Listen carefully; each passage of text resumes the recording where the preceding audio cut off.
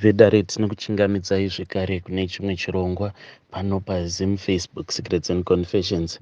Tadzoka zvekare nemamwe mamessages. Regedzai tibva tapinda mumamessages edu atadzoka takakubatirai. Message edu yekutanga yakamira sekudai so. Hanzi makadi zvenyu mukomana Ashi, ndinokumbirawo kuti munge muchizondiposterawo nyaya yangu makavikawo chitupa changu. Inini mukoma ndiri kuda kureururawo izvo zvandakamboitawo ndisati ndazopinda mumereji yangu yandiri mairi nhasi. Zvakaitika mukoma ndezvekudai so, ndakasangana neumwe mukomana wangu paFacebook, but zvinhu izvi ndezvekudhara. I think kuti zvekuma 2011 ikoko patakasangana, because kana kuri kuzomitisana takazomitisana, this was 2 years after. Then takati tasangana paFacebook kudaro tainge tichingotaura zvedu nyaya dziya dzezvinyadzi. Kudhara kwainge kuine umwe murume uyo ainge achiita kunyora nyaya dzezvinyadzi, saka nyaya dzake idzodzo ndaidziteverera. Ndakangotanga ndichidziteverera ndichingoti aiwa majokes, but each and every day ndaizoti kana ndabva kubasa, kana ndava kuverenga nyaya dziya, hamino kamwe kafeeling kandaingonzwa so. Then ndo pandakabva ndazoona kuti kana ndikaramba ndichiita zvandainge ndichiita zvekupota ndichizvibetsera ndiri ndoga, aiwa ndaikwanisa kana kuzotopenga kana kuzotopofomara. Ndo zvandainge ndichingonzwa vanhu vachitaura vachiti munhu kana ukaramba uchingozvibatsira woga, hanzi unopedzisira wava nedzimwe nharo dzisinganzwisisiki zvekare, unokwanisa kuzotopofomara. Saka ndo pandakabva ndazosangana nemumwe mukomana wangu, iyewo ainge achigara mune imwe province, inini ndainge ndichigara muGauteng province. Each and every time ndaiti kana ndichida kumuona I had to travel ndobva ndazoenda kuMupumalanga uko kwaainge achigara, but takatombojola for a very long time tisati taonana in real life. Mari mukoma ndainge ndichingotumirwa kana ari sema airtime hour ndaingotumirwa non-stop. Then zuva rekuti ndinge ndichifanira kuenda kunomuona mukona pakabva pazongoitika kamwe kaera so, because ndakatoti ndichitofamba kuti ndinge ndichienda kunokwira makombi ekumupumalanga, vamwe baba vakabva vazondimirira nemotikari yavo yainge yakanaka-naka. Inini ndakangofungidzirawo kuti zvimwe kuda munhu uyu ndiwe muno muSouth Africa. Ndakabva ndazopinda mumotikari muya ndikabva ndatoti pano zvinotoreva kutoti ndatosevha mari yekombi, no need kuti ndinge ndichizoshandisa mari yekombi kuenda kutauni. Baba vaya vakabva vachizotanga kutaura neni, but ndakabva ndanzwa manje kuti English yavo iyi, accent yavo ndeye kuZimu chete. Ndo pavakabva vazoseka zvavo vakati neniwo ndinobva kuZimu ini. Tikabva tazochizotanga kuchikurukura manje. Vakabva vazokumbira manumbers angu, ndakabva ndazovapa manumbers angu, ivo vakabva vatotesta vakaona kuti zveshuwa ndiwo manumbers angu echokwadi awo andainge ndavapa. Ndakabva ndazoenda zvangu kumukomana wangu, but mukoma baba vaya vainge vava kungotumidzira mamessage. Lucky enough vainge vasingafoni, vaingoita zvekundisendera matext message vachingondiudza kuti mwana iwewe wakabatana, right now I am losing my mind, nekuti ndringoti kana ndikangokufunga so mabataniro acho awakaita, I want to handle you properly, I want to take care of you. Apa ndainge ndiri kuslip over mukoma, ndaingoti kana SMS ikangopinda ndobva ndatoidzvanya, ndobva ndatoidelita. Mukomana wangu uya wekumupumalanga haana kana chimwe zvacho chaakambogara aona kuti ndo zvainge zvichiitika. So this was like my habit. Ndaiti kana ndiri kuno kuprovince kwandinogara ndainge ndichitongojola nababa vaya.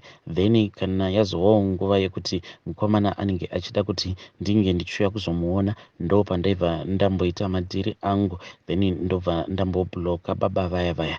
Asi mukoma nekufamba kwenguva baba ava vakazotanga kunyumwa kuti why is it sometimes haubatiki pamacalls, maSMS acho kunyange ndikakutumidzira haundirespondi, hauite sei. Vakabva vasuspecta vakati iwewe I think kuti une imwe boyfriend yauinayo. Ndo patakabva tazorambana paya. Ndakarwadziwa mukoma kuti shuwa dhara yangu iyi ine mari yandiramba kudai so, because I was ready even prepared kuti ndinge ndichizova the second wife because dhara iyoyo yainge iine mari dzayo, even though painge pasati pambova nemapromises ekuti taikwanisa kuzoroorana. Ndakabva ndazoenda zvangu kuboyfriend yangu. I was feeling stressed dzekuti ndainge ndarambwa nababa vekwangu. So nekuda kwestress mukoma, along the way baba ava ndainge ndakazama kuvanyengerera via masmss ndichivaudza kuti please do not dump you because you are my everything. Kana ukandiramba chete ndinozviuraya. Ndakazotosvika kumba kweboyfriend ndisina kana kumbogara ndadelita or kuclear zvimwe zvinhu zvaikwanisa kuzondimakisa mufoni. Iyewo akabva aita sekunge ainge atongonyumwa. Ndakangoti ndichingosvika mumba make ndokubva atanga kutongotamba-tamba nefoni yangu, akabva asangana nemamessages aya ndainge ndabatwa red handed mukoma. Painge pasisina kana zvekumbozviita. Takanetsana tikonetsana. Iye akatosvika pakutochema ndokubva anditi ndainge ndichikuda zvisingaiti but watsemura mwoyo wangu. Apa hama dzake dzose dzainge dzakatopiwa maintroductions even though tainge tisati tambosangana personally. Dzimwe hama dzacho ndaitotiwo pandinenge ndiine zviairtime ndaibva ndatodzifonera. Iye akabva atotora foni ndokubva atotanga kutotumidzira vanhu masmss aya awo aainge aona mufoni mangu. Mukoma ndo kuzopera kwakazoita relationship yangu. Ndakazoti ndadzokera kubasa, iye ainge akati achambofunga nezvazvo. Ndichinodzoka kubasa mukomana ainge asingadi kana kumbobatika zvachose. Then ininiwo ndo pandakabva ndazofind out kuti ndainge ndabatira pamuviri. Ndikati pamuviri apa ndepani, but ndakabva ndaona kuti pamuviri apa painge pari pemukomana wangu uya wekumpumalanga because baba vaya ndainge ndichimeka sure kuti pose pandarara navo tainge tichishandisa dziviriro because ivo vainge vakanditi he was not yet ready kuti vange vachindimitisa. Apa inini nguva yacho iyoyo zvemafamily planning ndainge ndisingazvifariri because ndainge ndakangonzwa zvichingonzi munhu kana uchiri musikana usati wakambozvara hanzi hazviite kuti unge uchishandisa mafamily planning pills nekuti unokwanisa kuzosangana nedambudziko rekuti unenge wava kusazokwanisa kubatira pamuviri. So I was avoiding them. Ndaingoti wandinenge ndichidanana naye tinenge tichingoshandisa maprotection chete. Ndakabva ndazotaura neboyfriend yangu iyaya yekumupumalanga ndikabva ndamuudza kuti kunoku ndainge ndabatira pamuviri. Munoziya mukoma akatoita zvekutoseka pafoni akabva ati congratulations. Ndikati congratulations yei nekuti ndiwe babaka venhombo yacho yandakatakura. Akabva ajamuka mukomana akabva ati ndisamujairira, akajamuka mukoma zvokuti ndega ndakapererwa. Ndakabva ndati zvino ndoita sei, ndototanga nekutoita single mother ndisina kana kumbogara ndapinda mumarriage. Ndikabva ndati panapa zvava kutoda kuti ndinge ndichiita ungwaru chaihwo. Already paiva neumwe mukadzi uyo muarea medu imomo matainge tichigara ainge achiita zveun'anga but un'anga hwacho hwaainge achiita hwainge hwakawandira because aiita like munhu anotonamata, aitopinda pentecostal but kumba kwake isusu taitozviziva kuti kwaigara kwakazara vanhu avo vaainge achibatsira. Neniwo mukoma ndakabva ndamuaprocha mushure mekunge andichaja mari yacho iyo yaainge achida ndokubva azotanga kundipa mishonga. Pane mimwe mishonga yaakaita zvekunditemerera nechepachesti pangu apa nanhasi nyora dzacho mukoma dzichingoripo. Then ndokubva azondipa mimwe mishonga akati mishonga yacho ndaifanira kuti ndinge ndichizoigeza apo pandinenge ndichienda kunoona mukomana wangu. Ndakabva ndatora mishonga iyaiya yamukoma. Mushure mekunge nyora dzandainge ndatemererwa dzapora ndakabva ndaenda kumupumalanga kuya. Mukomana wangu ndakangomuudza kuti ndiri kuuya, iye akabva ati usauya zvako because you will be disappointed. Ndikabva ndati inini handina kana basa nazvo. Ndakabva ndazoenda kuya mukoma. Ndakati ndichinosvika kuya ndokubva ndatoona kutoti mumba mainge muine umwe mukadzi uyo ainge arimo, asi mukadzi uyo mukoma ainge ari wemuno muSouth Africa. Ndakarwadziwa but ndakabva ndatongopinda because even though ndainge ndaona kuti situation yainge iripo, inini ndainge ndisisimo in the picture, ainge atowana umwe munhu waainge ava kudanana naye, but kuti ndinge ndichidzokera manje kuGauteng painge pasisina nguva because it was already late. Akabva atongoti ndiri kutongokunzwira tsitsi shamwari, iwewe kuti unge uchidzokera unozosvika usiku ukazorobhewa, chitongorara apa. It was a one room koma. Ndakabva ndazowaridza pasi ndokubva ndazorara. Ivo vakabva vazorara zvavo pamubhedha. Iye ndakatomunzwa kuti ainge achida kumanikidza musikana wake uya wandainge ndawana ainaye kuti vange vachiita bonde, but uya ainge asingazvidi. Ndakarara pasi paya mukoma ndichingorwadziwa. Then akazoti ava mangwana acho makuseni, ndo pandakabva ndazomuka makuseni seni ndikati uyu ndinoda kumugadzirisa chete. Ndakabva ndazoba imwe t-shirt yake, ndakangoiba ndokubva ndaipeta ndikabva ndatoisa mupeki mangu, ndikabva ndati tichazoonana zvedu, kunyange kugeza handina kana kumbogeza because ndainge ndichingotya kuti anokwanisa kana kuzondibata kuti pane hembe yake yandamubira. Ndokubva ndazodzoka zvangu kubasa. Ndakabva ndazoenda kumba kwagogo vaya ndikabva ndavaudza kuti zvinhu zvose zviya zvavainge vakandipa zvainge zvisina kana kumboshanda because already ndainge ndakatosvika mukomana wangu atori negirlfriend yake kudhara. Saka I was really disappointed. Gogo vaya vakabva vati aiwa hazvinetse, ende vakabva vati iwewe wakamungwarisa zvisingaiti because ndakabva ndavarakidza t-shirt iyo yandainge ndiinayo. Vakabva vanditi it is fine, chindipa t-shirt iyoyo. Ndakati ndavapa t-shirt iyaiya, vakabva vazotanga kudira dzimwe mvura idzo dzainge dzakazanganiswa nemimwe mishonga. Vakabva vati zvatiri kuda kuti tinge tichiita panapa ndezvekuti ndikuda kuti ndinge ndichisunga nhengo yake. Unoda here kuti ndisunge nhengo yake? Ende masungiro acho andikuda kuti ndinge ndichiita nhengo yake, iwewe ndiwe uchazova kii yake. Kana akasazouya kwauri, kana mukasazomisa musha mose, achangofa nhengo yake isingashandi. Ndikabva ndati aiwa zvakanaka igogo, tarirai muone kuti ndatova nenhumbu yake, saka ndinotoda kuti ndinge ndichizomisa musha naye.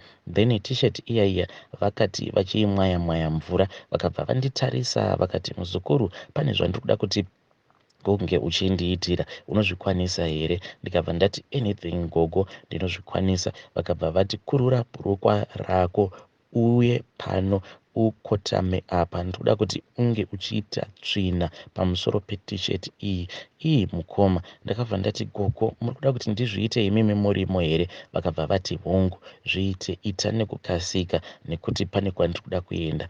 Mukoma, ndainge ndisati ndamboita tsvina muupenyu hwangu ndakatarirwa nemunhu, saka experience yacho mukoma yakakonzeresa kuti kunyange tsvina yacho irambe kubuda, but gogo vakaramba vachingondishingisa. Vakabva vati itira tsvina pamusoro pe-t-shirt iyi. Ndakabva ndazoitira tsvina iya pamusoro pe-t-shirt. Then gogo vakabva vazosunga t-shirt iyaiya ndokubva vazoisa muplastic bag.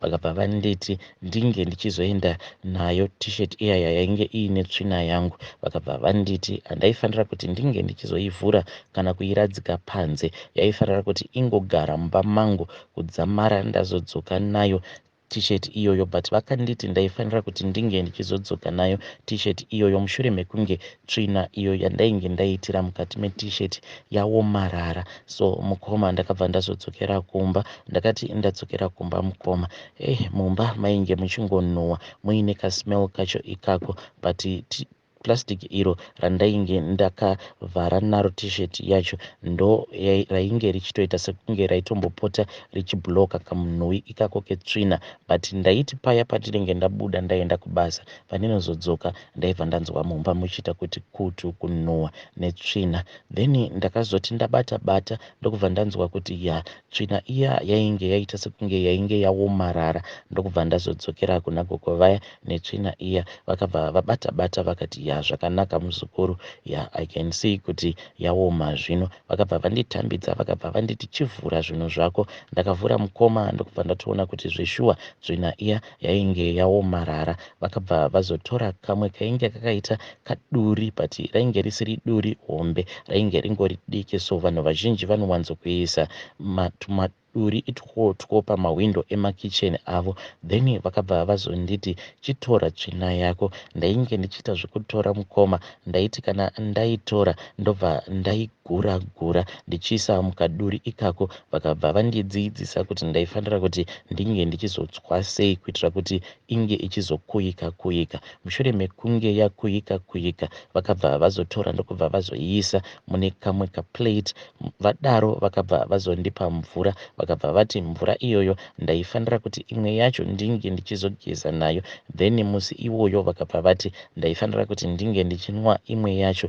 Then the rest of that powder vakabva vazomwaya zvekare patisheti yacho iyoyo. Ndakabva ndaita saizvozvo mukoma, even though I was not enjoying anything.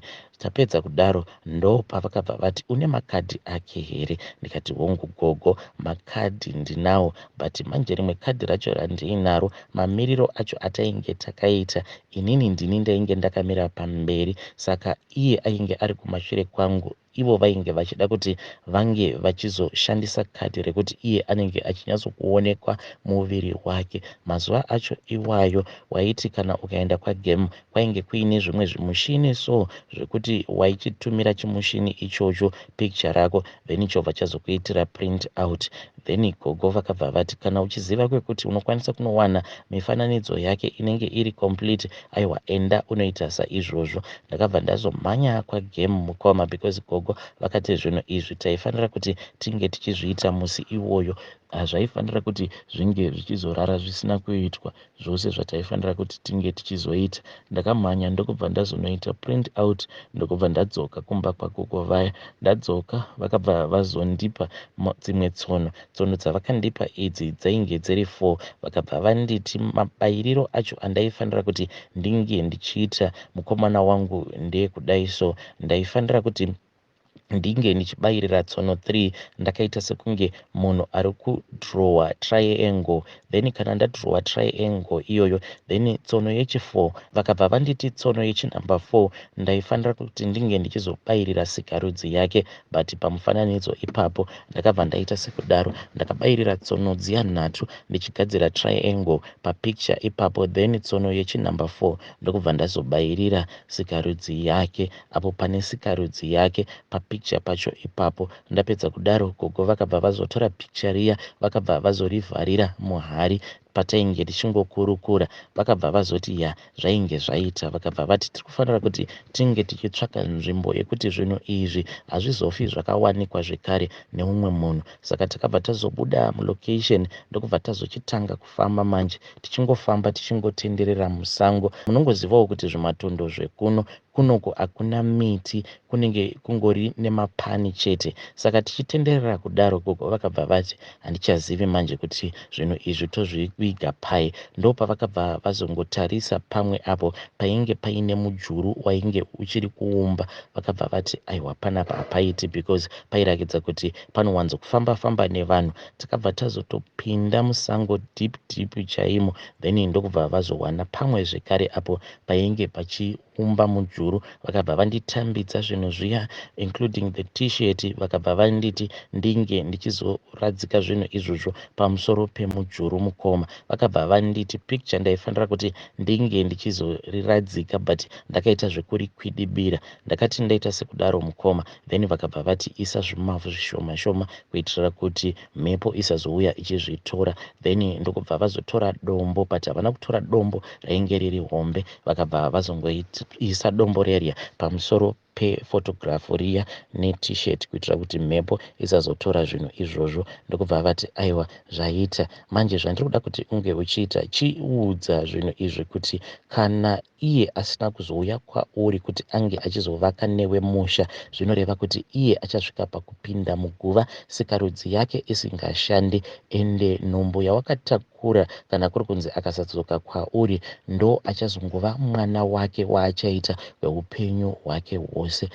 Ndakabva ndaita saizvozvo mukoma. Ndapedza kudaro inini nagogo takabva tazodzokera. Ndakabva ndazovawedzera zvimari izvo zvandainge ndakavapa previously kwakazoti nguva yafamba mukoma, then akabva azondifonera one day ndainge nditori kubasa, ndikabva ndati ko uri kudei, iye akabva ati iye ainge asingakwanisi kuti ange achizodzoka murelationship neni because ainge achindida ende kuti ange achizondirwadzisa kumberi uko ainge asingazvidi, achiti kumuchita kwandainge ndakamuita kuri kuramba kubuda mumwoyo make, saka anotya kuti kana tikazopinda mumereji tose anozongoramba achingondishungurudza because akambondibata ndichiita cheating. Saka ndikabva ndati saka uri kudei kwandiri, akabva anditi ane problem yaari kusangana nayo, sikarudzi yake haichashandi saka haachazivi kuti oita sei. He was just asking for advice. Ndakabva ndangodropa call yake mukoma. Kubvawo ipapo ndakabva ndazongosanganawo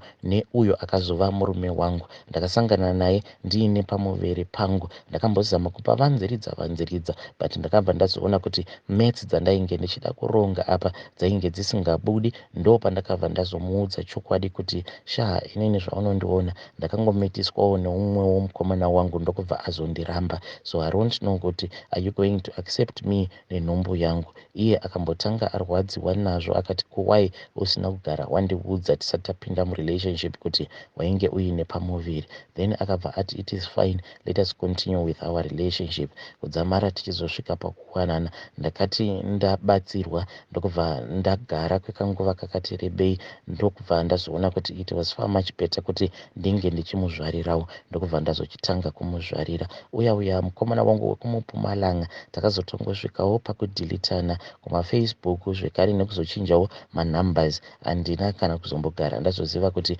hwake upenyu hwakazofamba sei, and since ainge akaramba mwana akati mwana haasi wake, I was never interested in him or his relatives. But ikoko kwaari mukoma handizivi kuti situation iyo yaakambondiudza yekuti nhengo yake haisi kushanda saka he is confused, haachazivi kuti oita sei.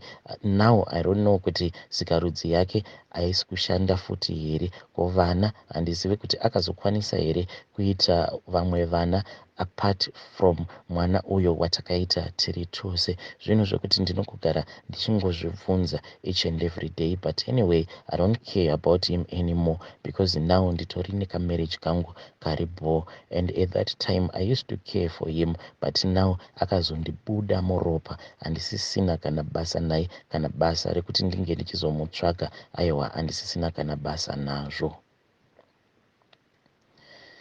Hei vedare ndo message iyo yandakatumidzirwa ichibva kuna vahanzvadzi vedu, anzi now akandibuda muropa handisisina kana basa naye. Hei nai vahanzvadzi, ko kana kuri kunzi nanhasi uno sikarudzi yake haishandi, don't you think kuti since imimi muchiti ndimi mune makeys ekuti munge muchiunlocka sikarudzi yake, munofanira kuti munge muchizoitawo something about it. Apa mhiko dzacho manga muchiti hanzi mhiko dzacho ndedzekuti munofanira kuti imimi naye munge muchizovaka musha mose. Zvino muchauvaka sei musha imimi matovawo neumwe musha? Please ngatizamei kuti tinge tichitaura navo vahanzvadzi vedu ava mucomment section.